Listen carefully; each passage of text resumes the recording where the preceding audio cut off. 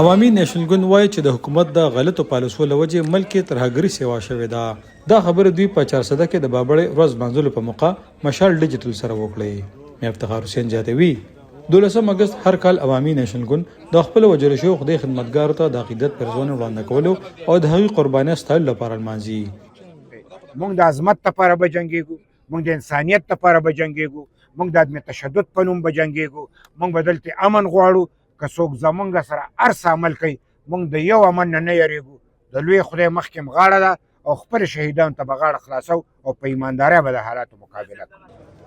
د ګوند تر مخه کال 1948 کې په 12 اگست د هغه وخت صوبایي حکومت د خان عبدالغفار خان عرف باچا خان بغیر د جرمه د گرفتاری پر ضد د خدمتګارو په 400 بابړه کې پرم نه جلوس باندې ناتار ډزې وکړې چې په د دوی تر مخه سباند شپږ سوه خدای خدمتګار مړه او د زنانو او ماشومانو په شمول ګڼ شمېر نور ژوبل شو.